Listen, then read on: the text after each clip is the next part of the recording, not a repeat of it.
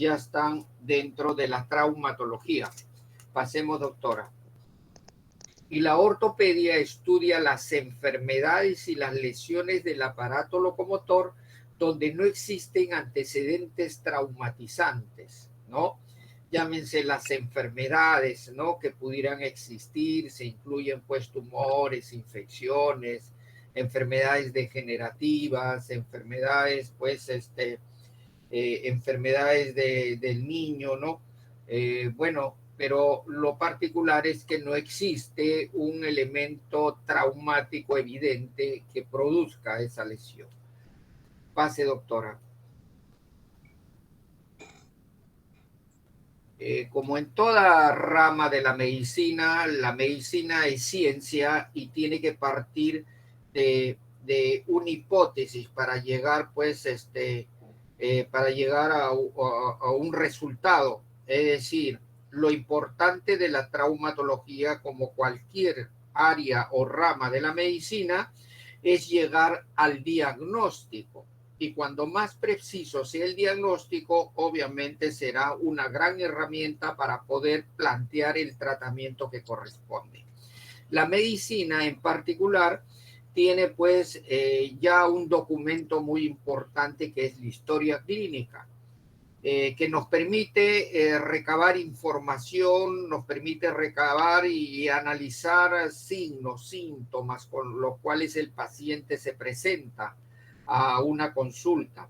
Y traumatología también tiene una historia clínica traumatológica y en el concepto general, la historia clínica traumatológica es un documento de registro. Ojo, documento de registro donde tenemos que registrar. Pero tiene dos fundamentos básicos, que este documento de registro es de carácter médico y también puede ser utilizado en el aspecto legal. Entonces es un documento de registro de carácter médico y legal. Como todo documento importante, tiene características propias en cuanto a la confección. Número uno, es un documento en lo posible, tiene que ser completo.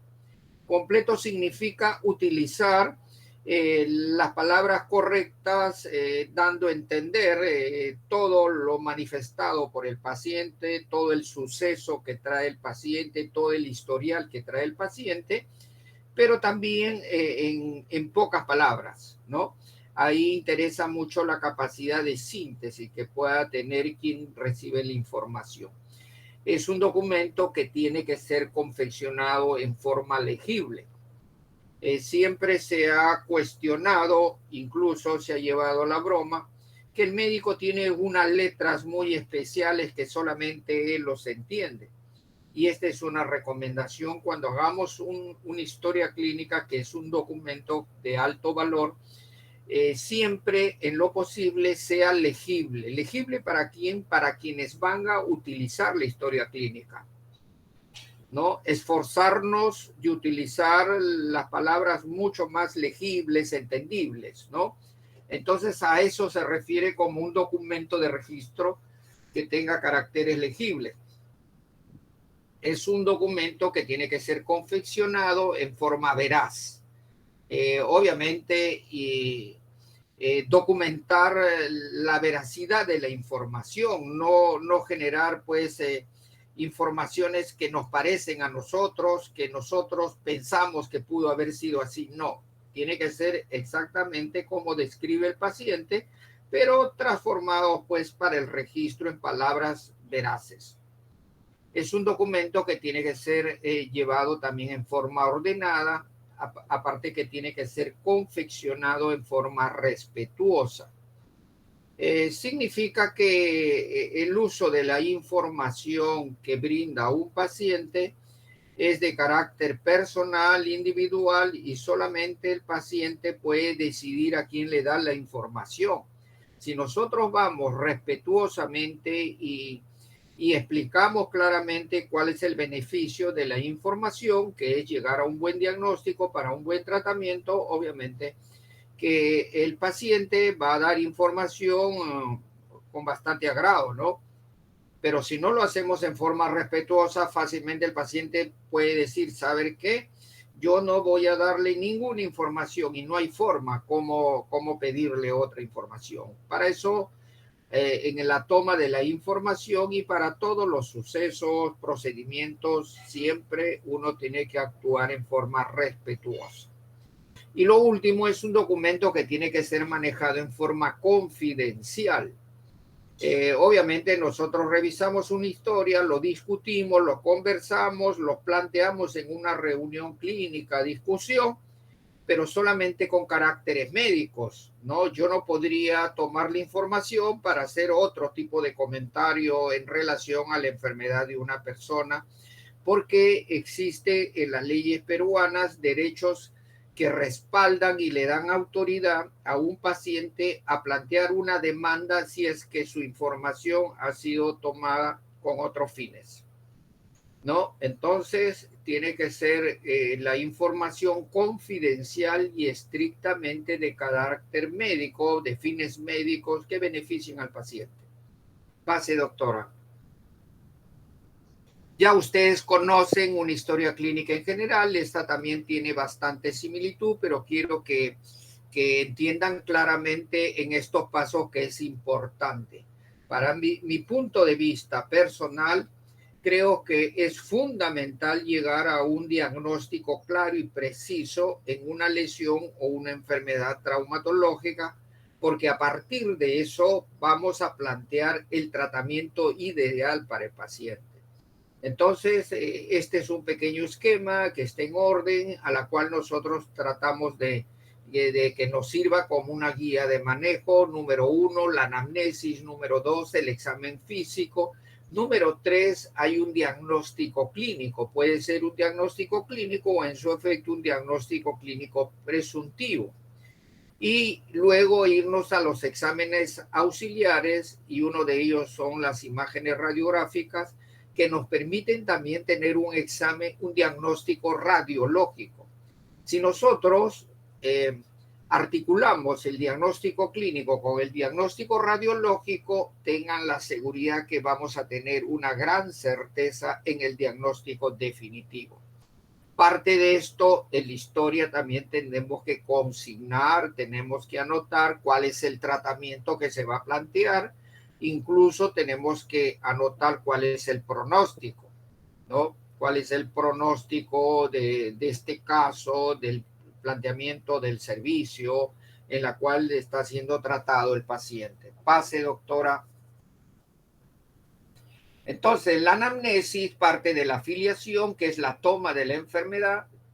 Toma de la filiación es la toma de de todas las características de cada persona en cuanto a edad, sexo, procedencia, ocupación, ¿no? Y en el punto número 2, la enfermedad actual, ir exactamente cuál es el motivo que el paciente asiste a la consulta, ¿no? Y determinar cuáles son los signos, síntomas que van a enfocar posteriormente al diagnóstico. Y lo tercero, también es importante para algunas enfermedades o patologías, son los antecedentes, ya sean personales o familiares. Llámense pues en pacientes con displasia de cadera, pacientes pues con enfermedades congénitas, pacientes que puedan tener algunas malformaciones y pacientes que son portadores de patologías tumorales, ¿no? Entonces, es bueno a conocer los antecedentes familiares en relación básicamente a la probable enfermedad que él trae. Pase, doctora. ¿Cuáles son las claves de una anamnesis? La edad es fundamental. Siempre la edad de un paciente es fundamental porque ustedes saben que el aparato musculoesquelético va teniendo cambios, va teniendo ciertas modificaciones dentro de la estructura osteoarticular a través de los años, ¿no? Entonces la edad ya nos permite saber cómo es esa articulación que estamos estudiando, ¿no? Lo otro que es importante y fundamental es cuál es la molestia principal, saber definir exactamente cuál es la molestia principal.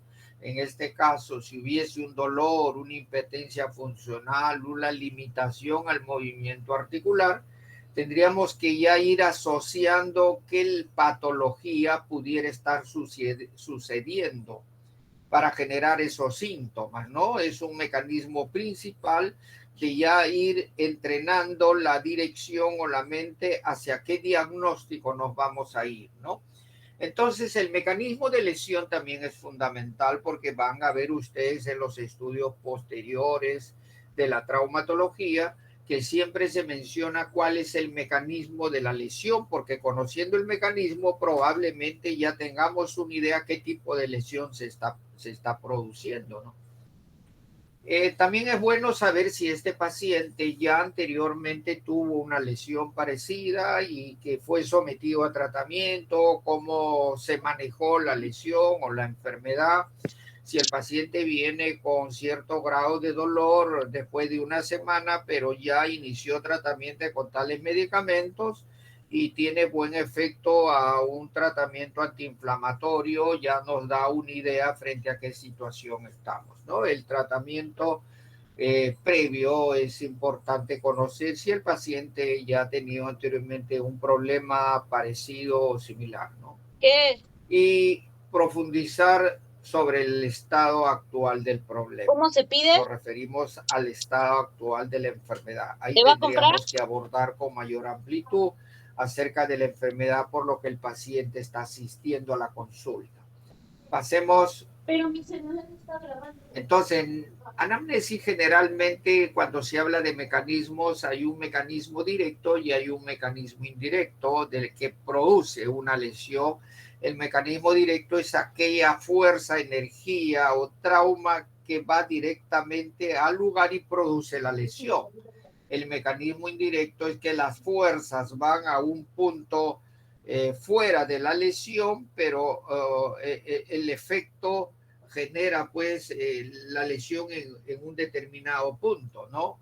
O sea, el trauma no es directo a lo que se conoce la causa indirecta y cuando el trauma es directo es la causa directa.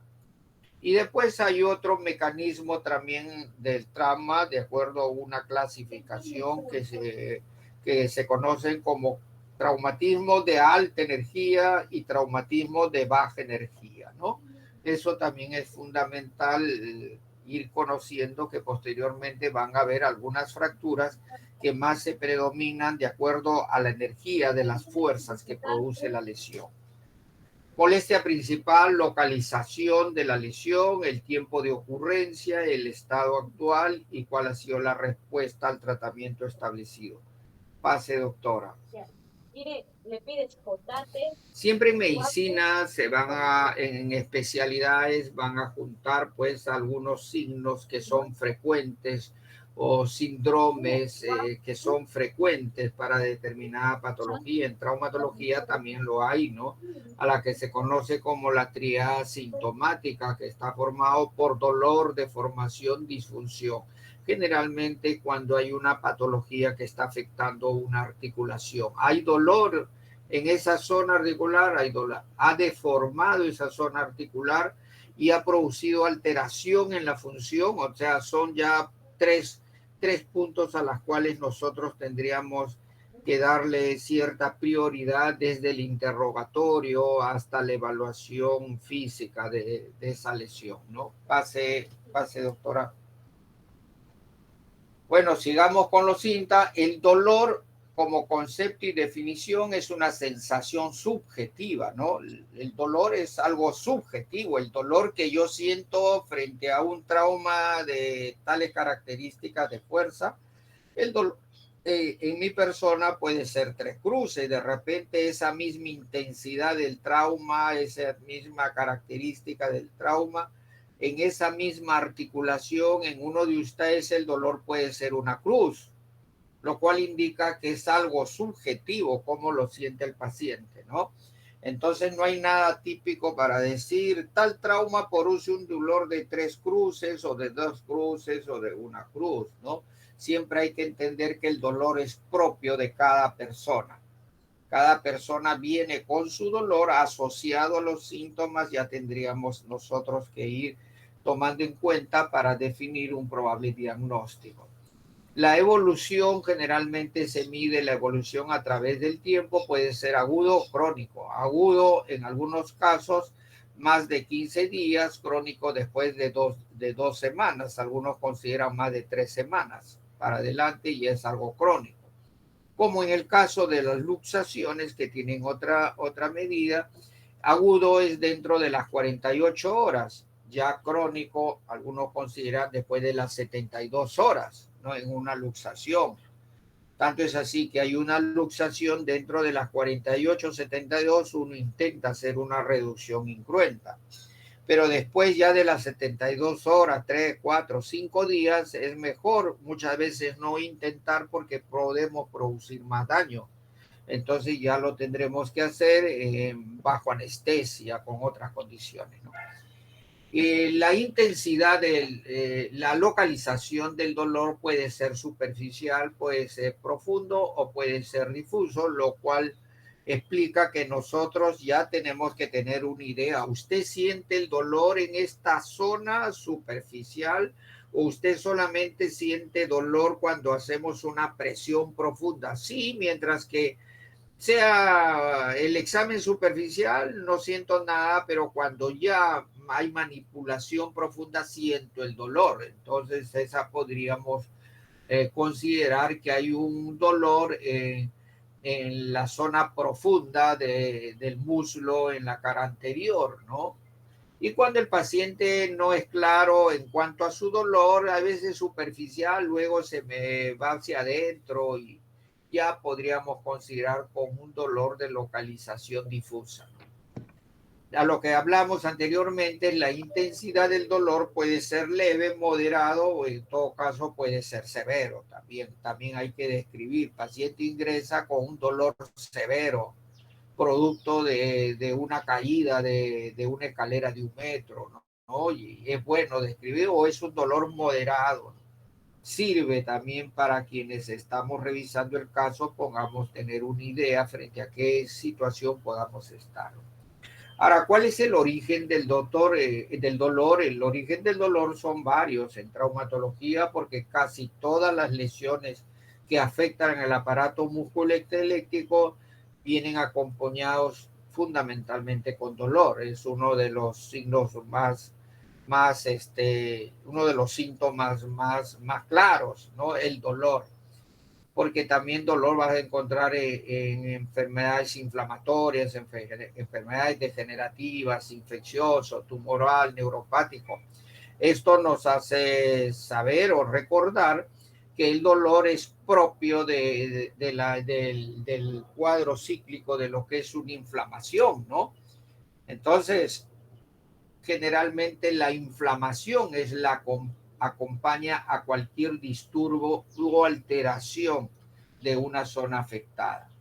Entonces, la inflamación es parte de la afectación o localización de una zona, ya sea traumática o de cualquier otro origen. Entonces, parte de la inflamación es el dolor. Pasamos, doctora. Examen físico, considerar peso, talla, tratar de evaluar desde el punto de vista de la inspección, la palpación, en el caso de ser articular, medir el rango articular. Hay que evaluar en algunos casos el examen de la marcha, si es que hay claudicación al caminar y en qué posición, ¿no? Es bueno evaluar un paciente también cuando está en marcha, ¿no? Un paciente que tiene una patología de partes blandas intraarticular de rodilla como una contusión meniscal, cada vez que camina va a haber una ligera claudicación cuando apoya ese segmento de esa pierna de la rodilla, ¿no?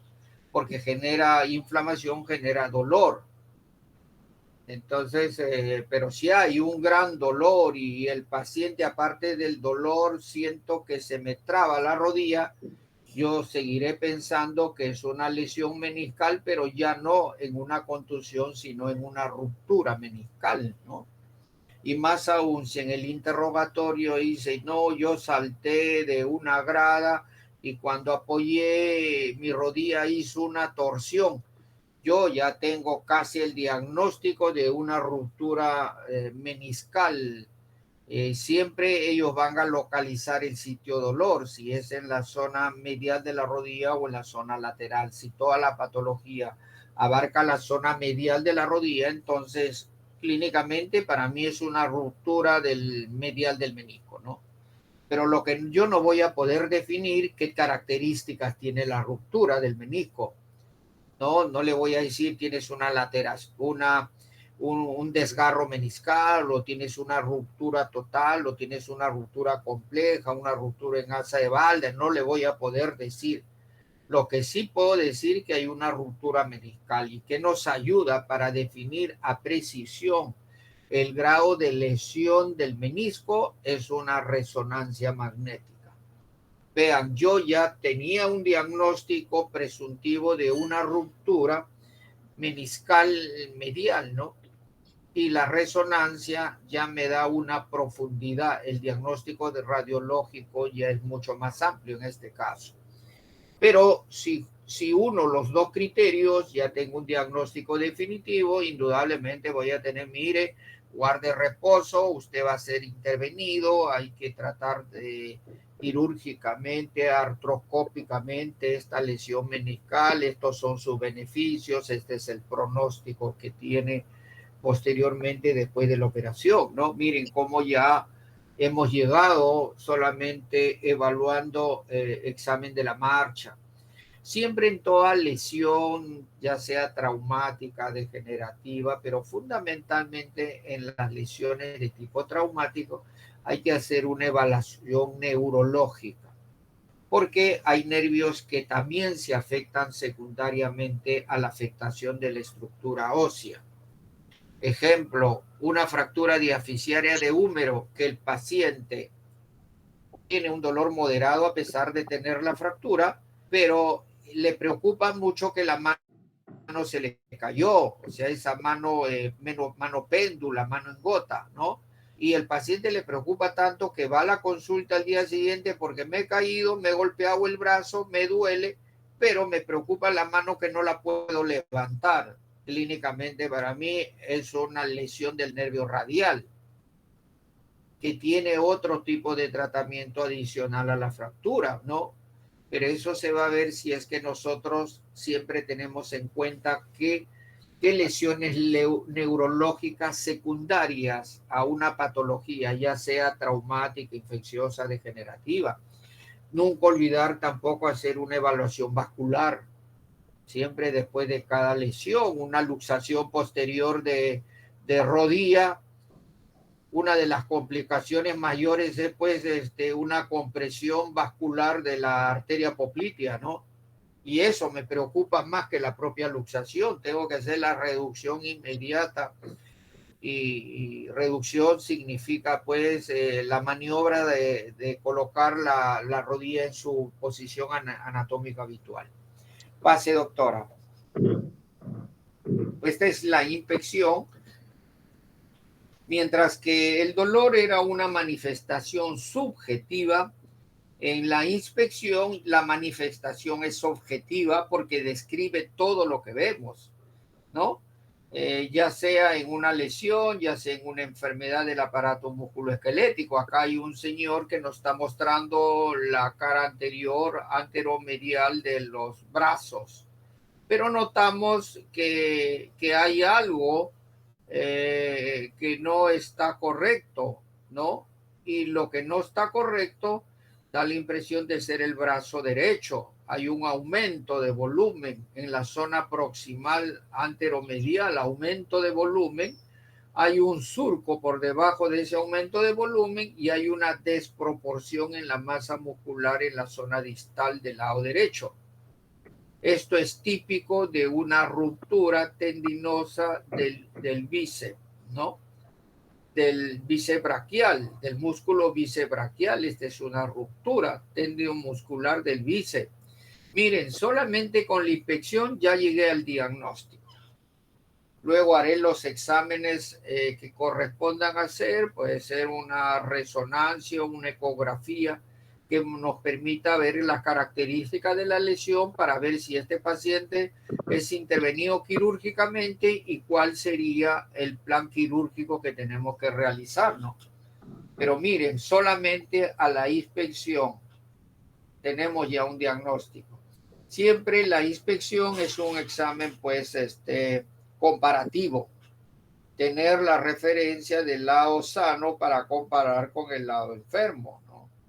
¿Qué podemos o qué tenemos que observar a la inspección? Si hay alguna deformación, como en este caso, si hay alguna tumoración, si hay angulación en el eje, si hay acortamiento, si hay claudicación, o en todo caso, si hay signos de depresión de la masa muscular.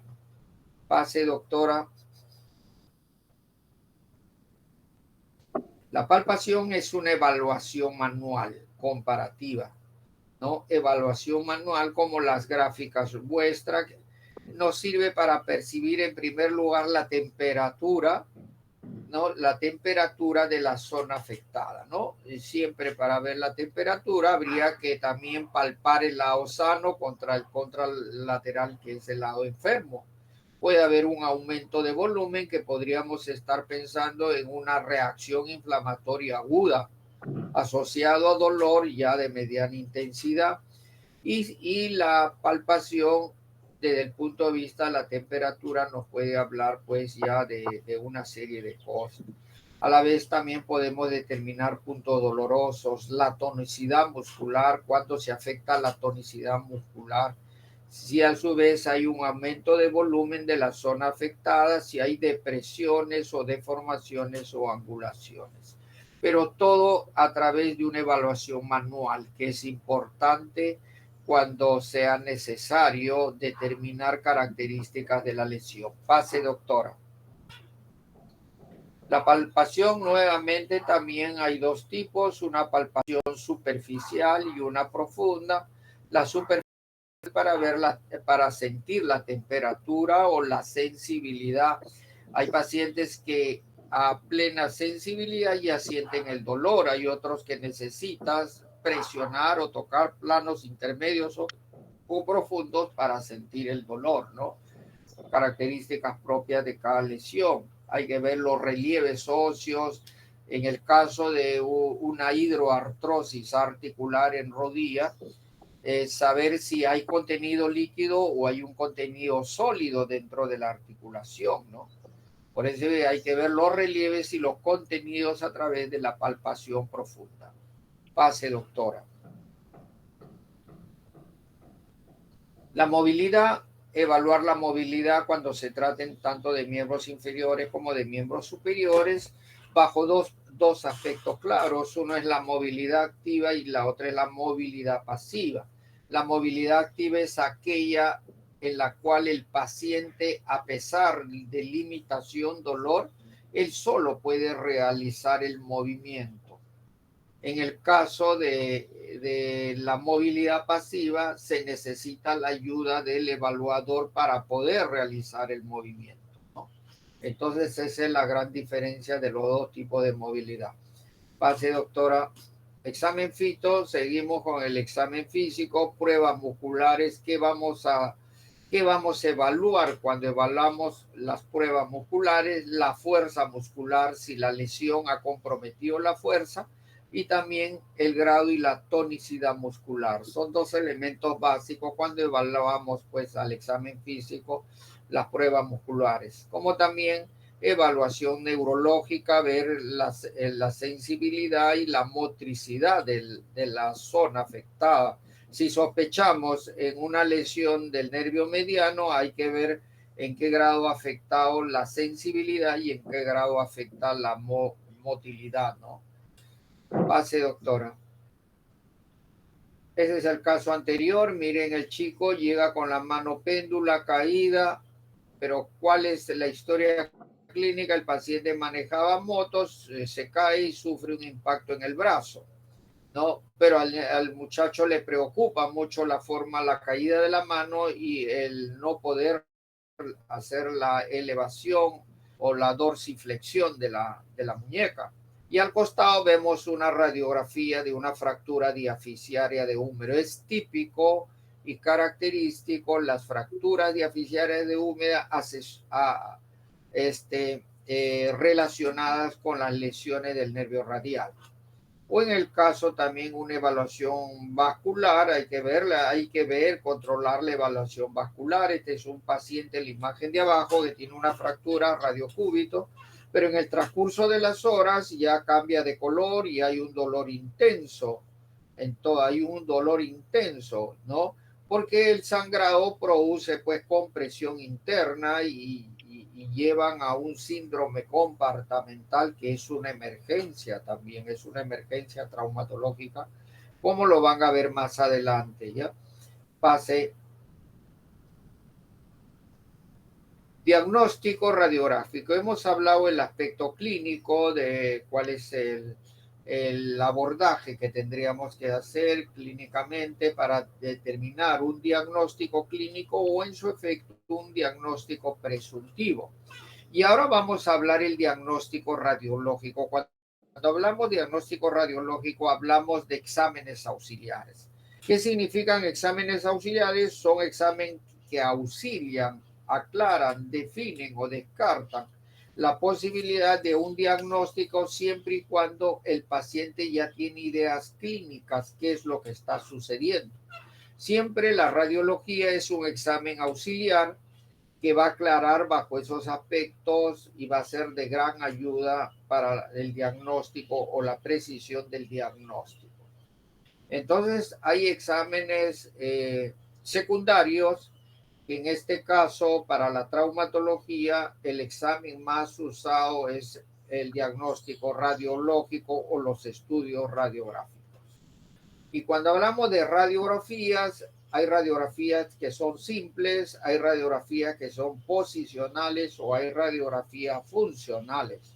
Cuando hablamos de radiografías simples y queremos solicitar una radiografía en el brazo, ya los técnicos en radiología saben que deben de tomar una frontal y lateral, que es las incidencias típicas y clásicas. Pero ¿qué pasa si nosotros queremos otra incidencia que nos permita percibir mejor la lesión? Ya solicitamos radiografías posicionales que básicamente de acuerdo a la incidencia que nosotros queremos ver. Y hay otro grupo de radiografías que se llaman funcionales, que se toman en pleno movimiento de una articulación.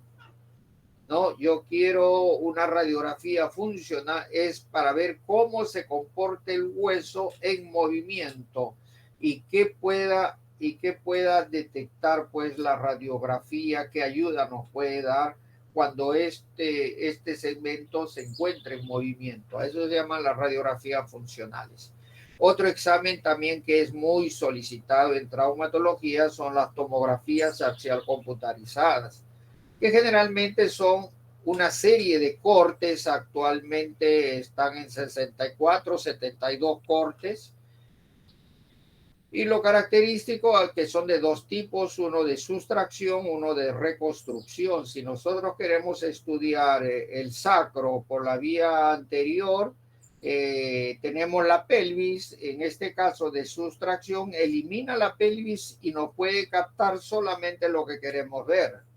Sustrae, si tenemos una fractura en la articulación glenoide del hombro que no puede percibir con facilidad, la tomografía elimina la cabeza del húmero y solamente nos puede captar la parte de la glenoide posterior. Elimina lo que se antepone, por eso conoce la de sustracción.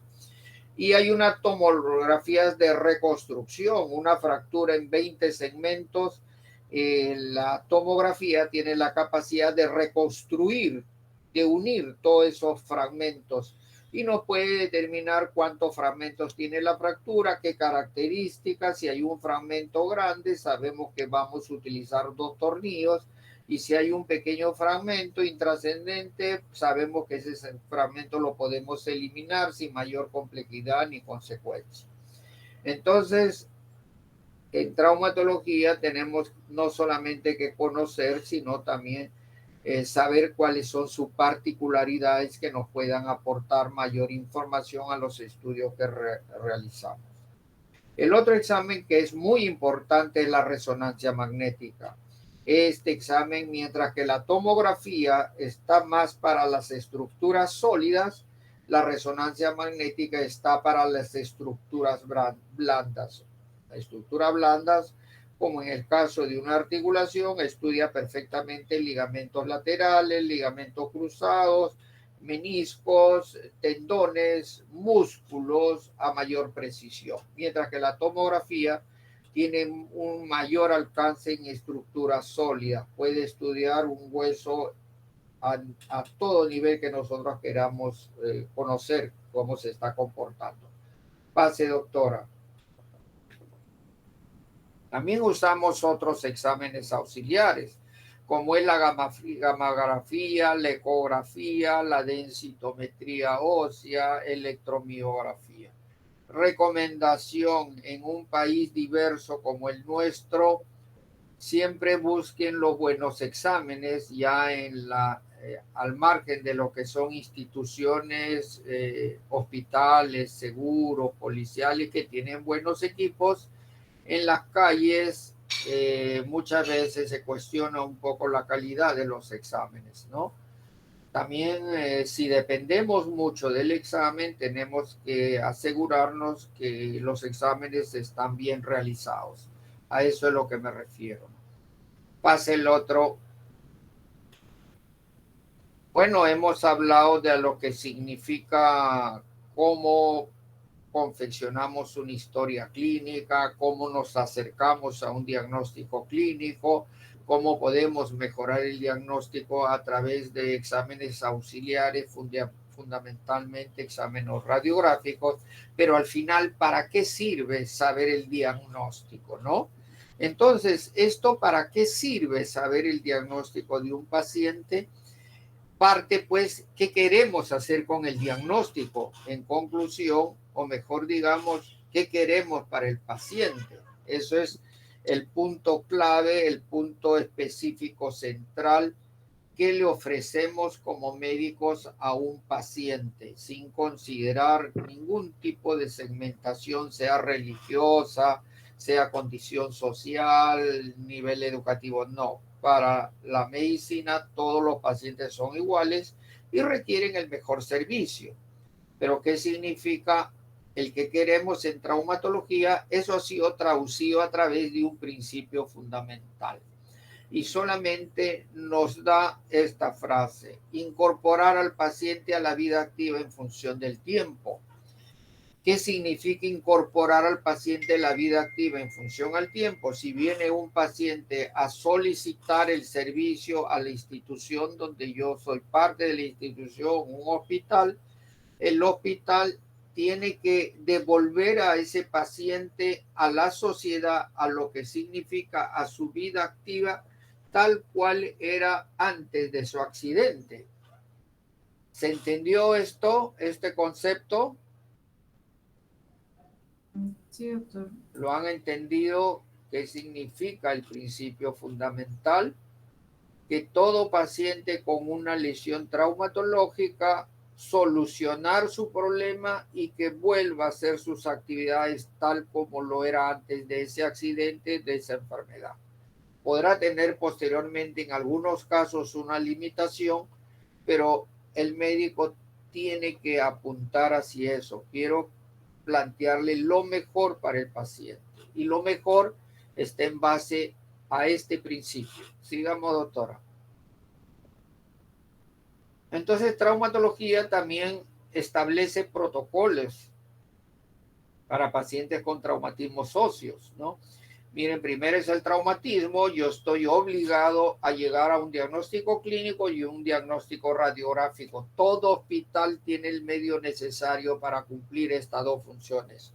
Número uno, desde el punto de vista clínico, nosotros tenemos que estudiar, revisar tal como lo están haciendo ustedes, como lo hacemos nosotros, para llegar a acercarnos a un diagnóstico clínico. Pero también a su vez toda institución, todo hospital cuenta con equipos radiográficos y saber usar estos instrumentos para tener ambos diagnósticos. Una vez conocido estos diagnósticos, ya tendremos un diagnóstico definitivo a la cual tendríamos que planificar qué ofrecemos nosotros. Y el que ofrecemos sería el planteamiento del tratamiento ideal para solucionar ese problema.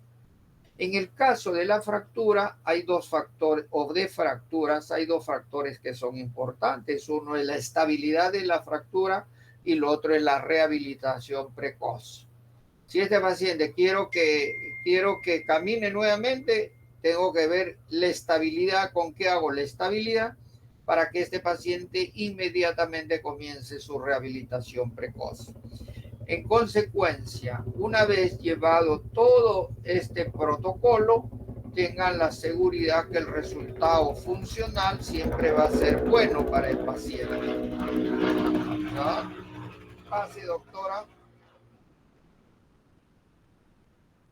En cuanto al tratamiento, traumatología solamente te ofrece dos tipos de tratamiento: un tratamiento incruento o un tratamiento cruento, a lo que significa un tratamiento conservador o un tratamiento quirúrgico. Una vez hecho el diagnóstico definitivo a través de la clínica y el estudio radiográfico, tenemos que plantear el tratamiento. Puede ser lo ideal un tratamiento conservador, puede ser lo ideal el tratamiento quirúrgico. Pero si nosotros hemos seguido coherentemente el análisis de este problema de salud, tengan la seguridad que el pronóstico siempre va a ser bueno para el paciente. Siga, doctora. Infinidad de cirugías que probablemente van a ver ustedes más adelante, van a conocer ustedes la variedad de cirugías. Estoy seguro que al final del capítulo ustedes van a tener una idea clara de cada caso, de qué se trata. Eso es lo que quiere como propósito la cátedra de traumatología. No que sean expertos traumatólogos, pero que tengan los conocimientos básicos de tal manera que ustedes como parte del sector salud posteriormente tengan una idea cuando venga un paciente traumatológico, ¿no? Qué realizar y qué coordinaciones pueden hacer para ser visto en las mejores condiciones. Pase, doctora. Bueno, es lo que hemos planteado, pues es una evaluación, qué es lo mejor, qué es lo que se debe de hacer, pero sin embargo, hace muchos años atrás, cada país, cada sector, cada hospital trataba de mejorar de acuerdo a sus posibilidades, de acuerdo a las facilidades que ellos podían tener, ¿no? Y no se sabía realmente si es que los resultados eran eficientes con todos y para todos. Y esto sucedía en todos los países.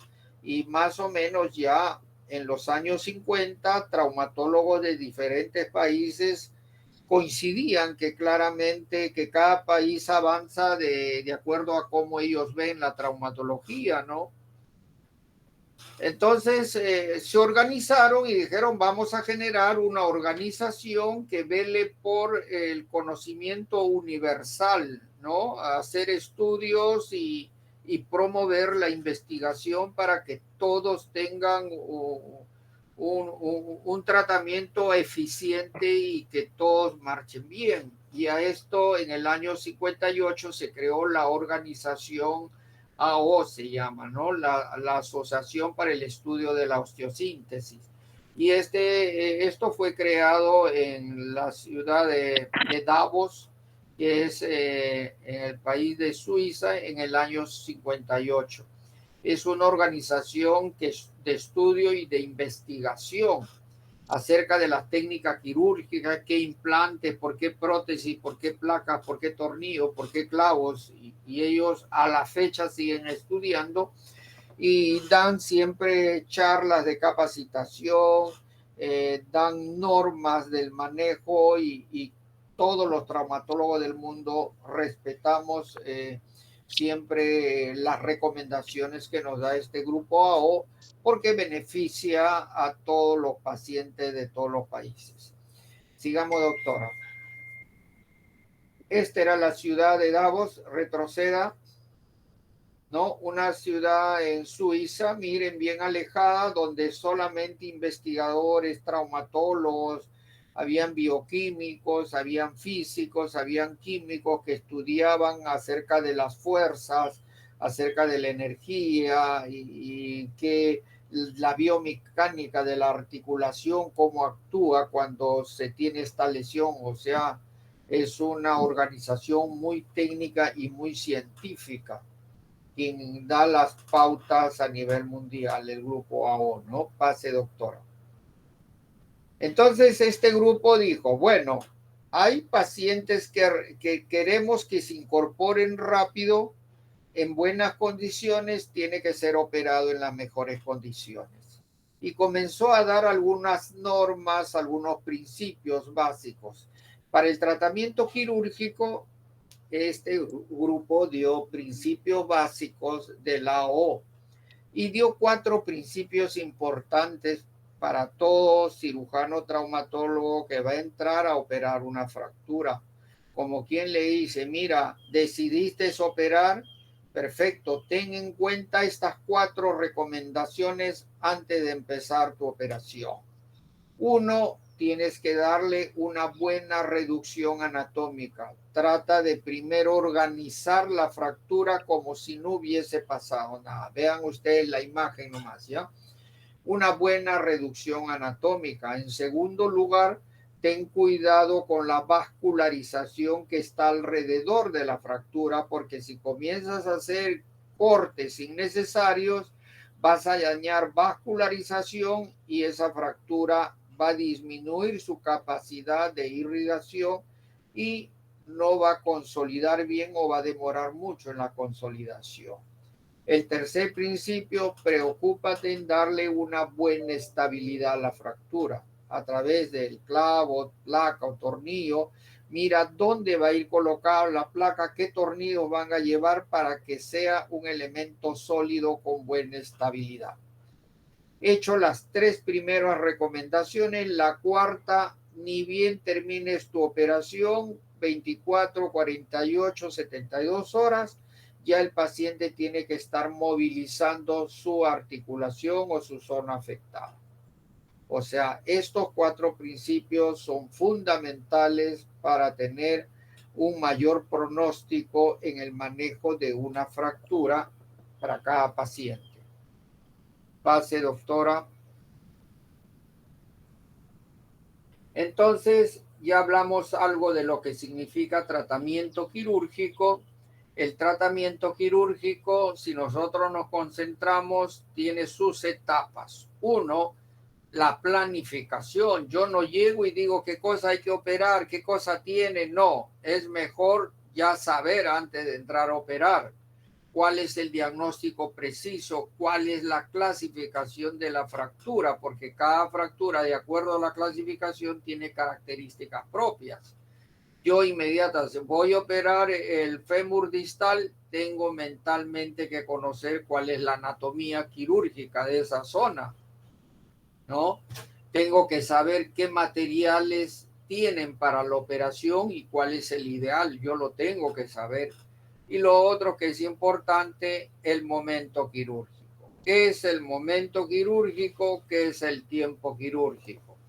El tiempo quirúrgico es el tiempo de la cirugía.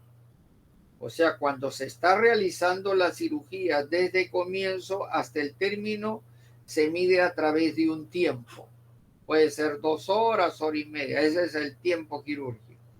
Pero quizá más importante que eso es el momento quirúrgico. El momento quirúrgico es el tiempo que se mide desde el momento de la lesión hasta el día de la operación. Y todos sabemos que las fracturas tienen un tiempo promedio y tienen un tiempo fundamental, digamos, que es importante, que es en la primera semana.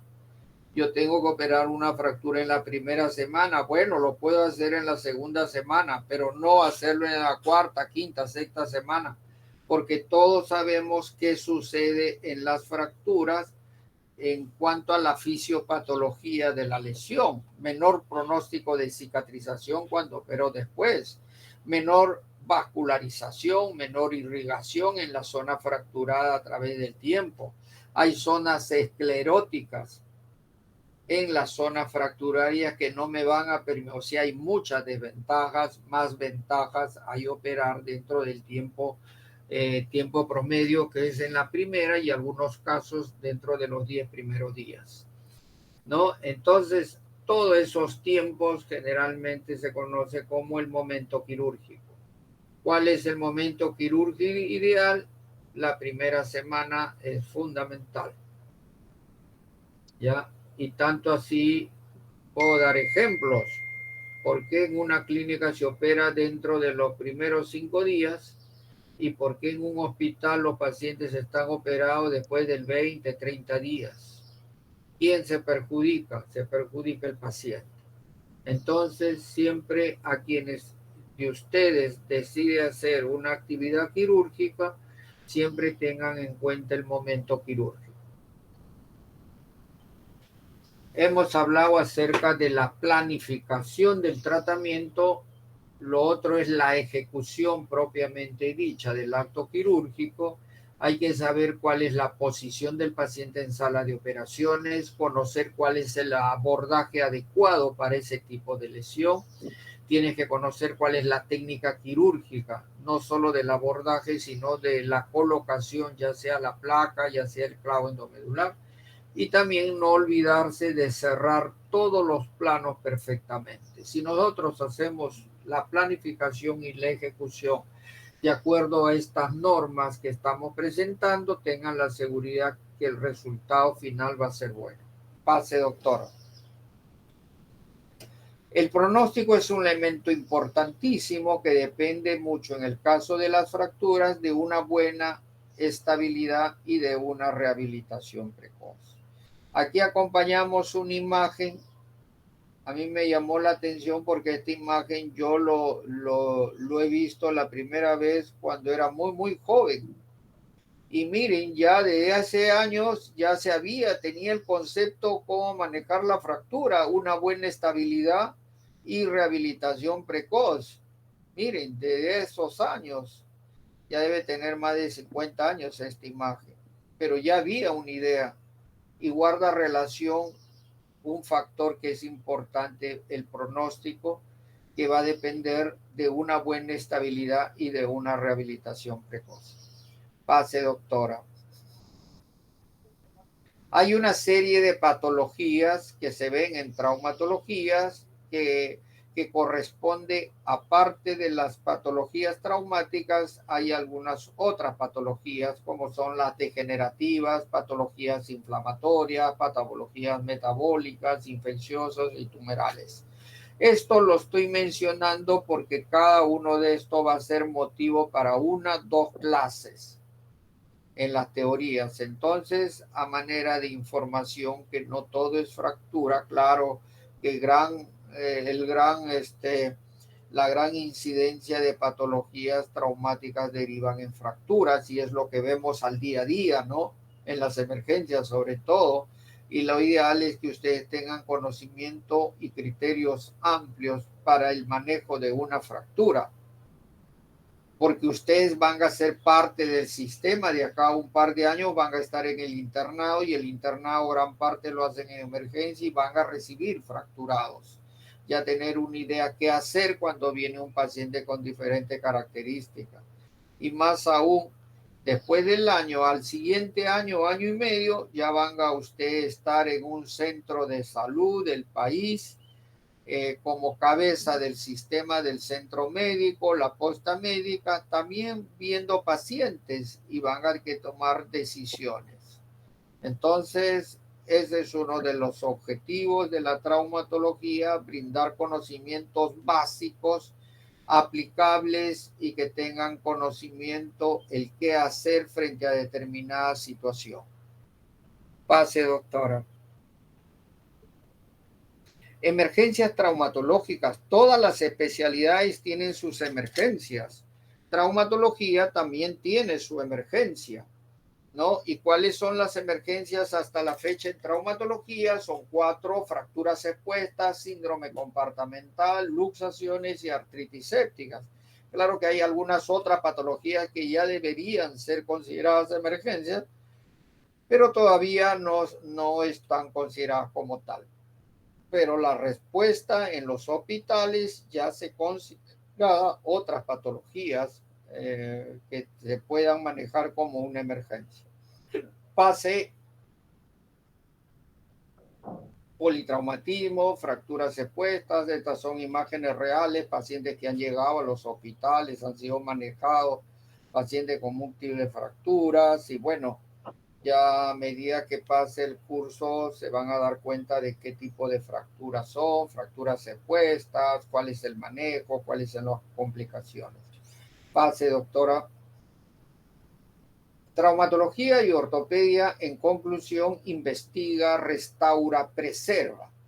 Es una ciencia médica que no está viendo en un acto quirúrgico, hay que sacar esto y eliminar. No, a lo contrario, hay que reconstruir, hay que preservar estas piezas, este fragmento del hueso, este pedazo de músculo, ¿no? Entonces investiga, restaura, preserva el aparato musculoesquelético a través de mecanismos de tratamiento incruento y cruento para devolverle al paciente la función y la estética de la zona afectada. Pase, doctora. Trauma, politrauma, importante diagnóstico clínico radiológico, inmediatamente la planificación, la ejecución y luego los resultados. Obviamente todos queremos que los resultados sean los esperados, los mejores para todos los pacientes. Pero ¿cómo podemos ir mejorando constantemente? Porque constantemente tenemos que ir reevaluando nuestra planificación y resultados a lo que se llama y en qué fallamos o en qué podemos mejorar. Revisa tu planificación y tus resultados y vas a entrar al círculo virtuoso de la mejora continua, ¿no? Al igual, un colega de ustedes saca alta nota y otro colega sale baja nota y diré, pues, ¿en qué fallé? Verá cómo se planificó para estudiar, cuántas horas estudió, cuál fue su método de estudio. Y eso va a justificar el resultado. Y eso en función a esta nota que saqué. En el próximo voy a mejorar mi planificación y seguro que va a mejorar mis resultados. A eso se llama la mejora continua y esto se aplica en cualquier acto, no solamente de la vida diaria, sino en procesos ya sean asistenciales, ya sean administrativos. Pase. En conclusión, traumatología, como van a poder ver ustedes, es una ciencia. Y todo lo que es ciencia es investigación. Pero también es un arte. Pero por encima de ciencia y arte es humanismo. Es buscar el bien común de las personas. Es buscar el bienestar general. Es buscar que las personas cumplan sus objetivos de vida. Traumatología es el compromiso con el bien y la verdad. Hacer el bien y siempre ir con la verdad a los pacientes. Trauma genera consecuencias físicas, psicológicas y sociales, pero siempre con el compromiso de hacer el bien y la verdad. Pase, doctora. Esta imagen lo vengo presentando porque ustedes también se van a dar cuenta. Hay algunos que todavía actuamos técnica y científicamente y hay algunos colegas que nos mecanizamos. Estamos sentados esperando que otro vea al paciente y llega un paciente, mándame la radiografía, allá el paciente tiene tal cosa, hay que hacer esto. Eso es incorrecto. Primero hay que ver al paciente desde el punto de vista humano, evaluar el paciente, luego el estudio de las imágenes radiográficas. Pero van a darse cuenta que hay veces adolecemos de este defecto. Entonces, es por eso que ahí ponemos nosotros tratamos pacientes, no tratamos radiografías. Pase. Bueno, este es el Hospital Casimiro Ulloa, y algunos lo conocen. He sido parte de la historia de este hospital desde que se fundó. Bueno, siempre me trae buenos recuerdos. Muchas gracias por prestarme su atención. Estoy disponible para cualquier preguntas que se hagan de acá para adelante en el curso, ¿ya? Ahora yo les quería pedir algo. No sé si yo tengo una segunda clase que es un resumen de muchas cosas y teóricamente es muy amplio. No sé, que dentro de 5 minutos podemos hablar algo de la siguiente clase que les va a servir también a ustedes para tener una idea ya de los conceptos, y cuando van al hospital ya pueden ir viendo algunas patologías. Lo ideal es tener toda la información, que cuando vayan al hospital uno no sabe que te puede tocar una fractura de cadera, que te puede tocar esto, y uno dice, no, todavía no me han dado esa clase. No, lo ideal es adelantarse al suceso. Entonces vamos a descansar, doctorita, 5 minutos y avanzamos con el tiempo que nos queda algo de esta siguiente clase. ¿Le parece bien, doctora? Está bien, doctor. ¿Estamos correctos? ¿Está claro?